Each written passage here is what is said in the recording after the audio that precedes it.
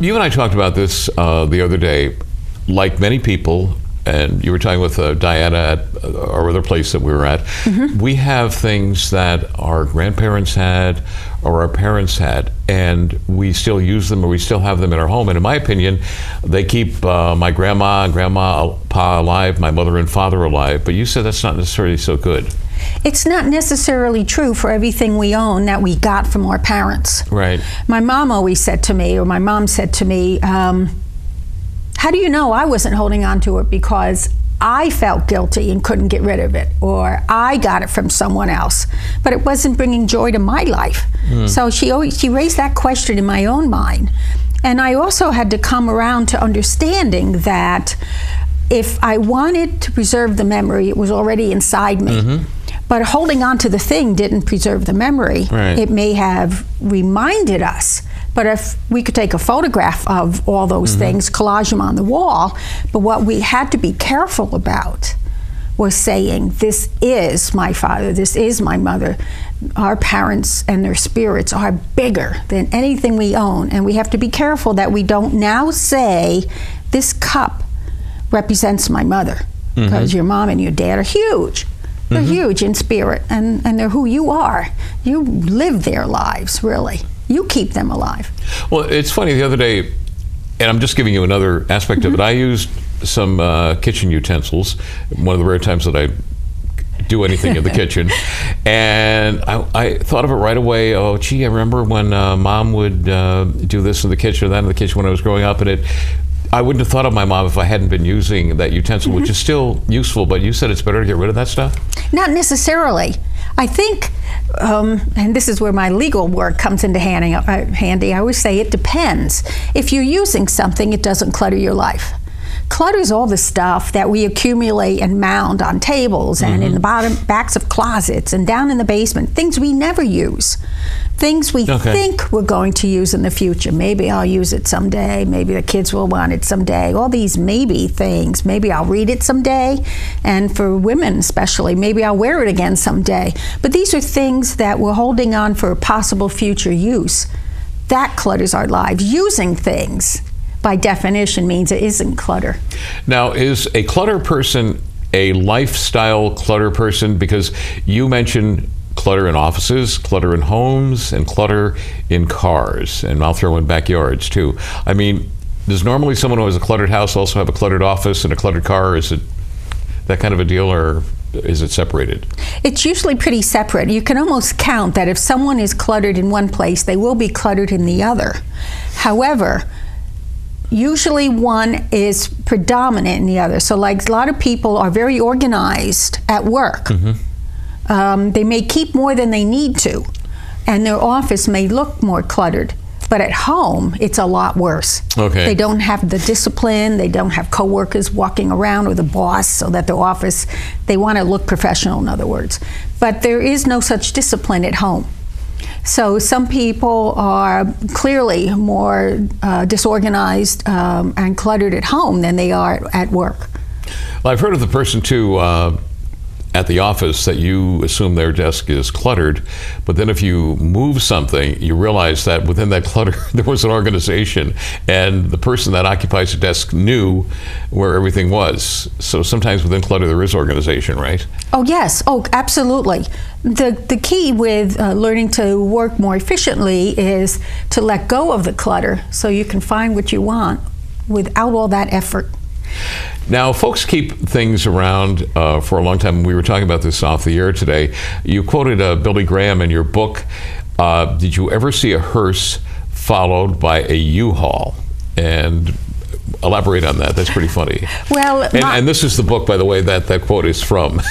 Yes, my book, De-Clutter, De-Stress Your Life, is all about helping people learn how to let go.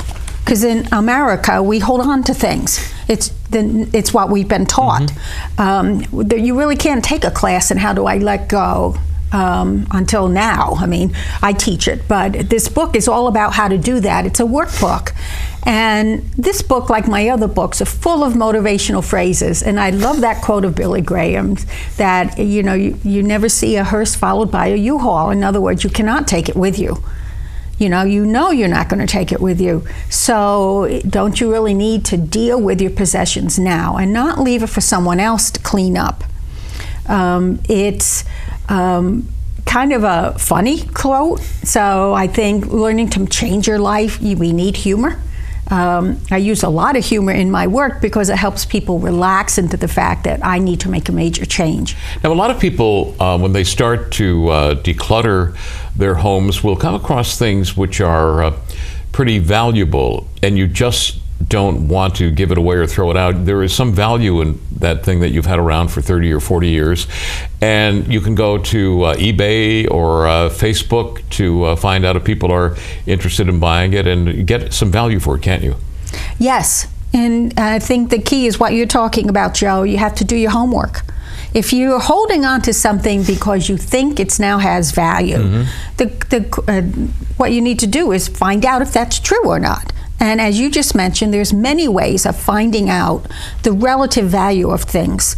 One is doing online research, looking at what people are charging on eBay or asking for on eBay or Craigslist, and there's many other sites. You can also go to the library. They have wonderful reference books, and I just recommend you take a photograph of that thing you want to research so you have it with you on your digital camera. And you try and find information. Or you can go to many of the local antique stores and see if they'll quickly let you know if it's valuable or not. Some things are valuable, as we find out. We read about those in the media. Someone gets something at a garage sale, it's worth $3 million. We don't read that often in the media because it's not very often. But what you don't want to do, Joe, is have regret. You give it away, you don't charge what it's, and you find out 3 years later you had something. So do your homework is really, getting rid of clutter's work. So if you cannot acquire it in the first place, you're better off. Besides having a very tolerant wife at home, I have thousands of records. And because of you, the other day I went to the Joel Whitburn book, which is the premier book on record collections. And I found out that I have a record valued at about $800, just one single in that thousands. And see, you're starting to impact my life. Yay. So the question for you is, do you want to keep it? Right. Or do you want to make money? Right. And so you just have to decide whether you want to dispose of it or not. If you still want to keep it, I always say keep it. Right. If it's when your heart starts telling you, and when your inner self starts saying, well, it's time to start letting things go, is when you really need to start and not ignore that voice. Well, my personal debate is, and I don't want to make the show about me, do I sell it? Or do I put the collection together and donate it like to the Rock and Roll Hall of Fame, where it will be preserved and not lost? Because it's that personal to me. I don't want what I've had all these years and these unique records lost. And I've talked to them once about it. So you've got to make that decision whether you donate it to a museum, where you can get a tax credit for it as well. Right, and I'm glad you've talked to them. And you may want to chat with them again. Maybe present a small list of what you do have and see if they are interested. Well, next time I call Cleveland, I'll say Helen Volk told me to Yes, call. yes. When you begin the declutter process, where should you start? You should start with easy stuff. And Right. I have a real process that I think works. Is that the broken stuff, the easy stuff? The easy stuff is stuff that, A, you don't want anyone to know you've kept, and B, there's no emotional attachment because there's something wrong with it. And decluttering, as we chatted about before, is like going to school. You don't start in 10th grade. You have to start in kindergarten, because the way you get to be a first-class declutterer is through practice. So if you start with easy stuff and you get that under your belt, you're more likely to keep going forward. Easy stuff are things that are out of date. They are expired. Freezer burned. They are rotten, moldy, mildew, missing parts, broken. You've been wanting to mend it, but you don't. You're going to fix it, but 5 years later, you still have it. This is your chance to part with it. So you start with all those kinds of things.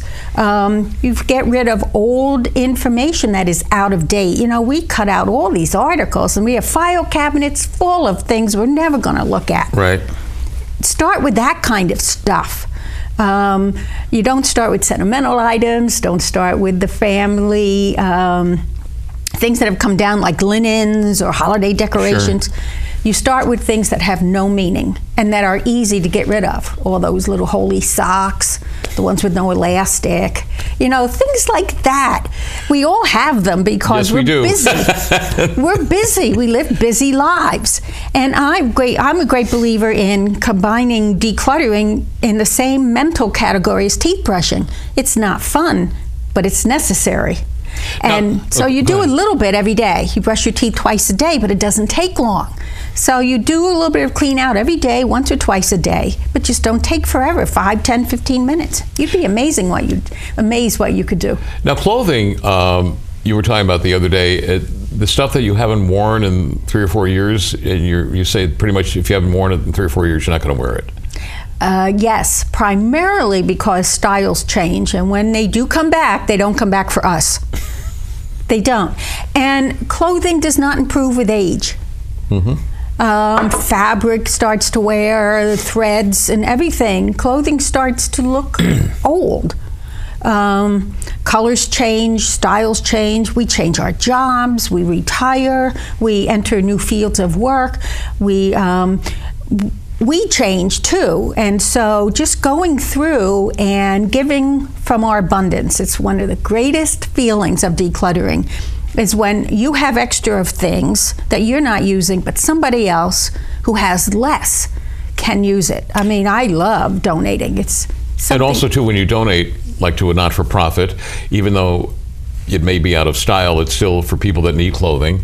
They can still wear it, and you get a tax deduction for that. Correct. My favorite tax deduction story is, and you're probably aware of it, and I've heard this on the radio several times, Bill Clinton donated some of his old underwear to a not-for-profit and for a tax deduction.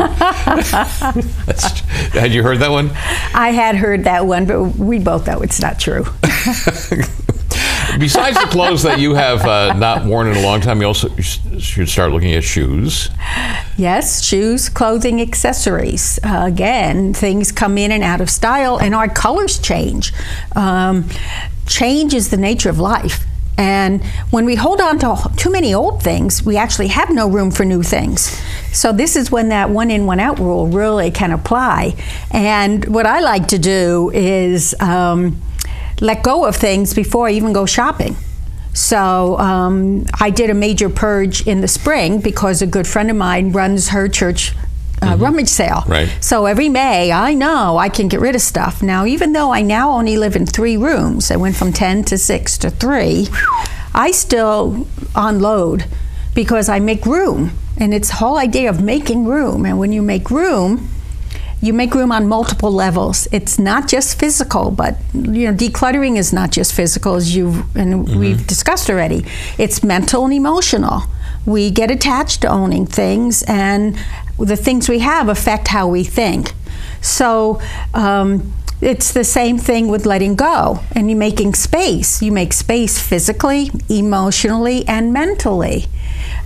Way back when I first started this business, I used to teach a class for the singles community called Clean Out Your Closet and Make Room for a Relationship. Because there's a connection there. Sure. You gotta make room. And that's what making room is all about, letting go of old things so you have room for the new.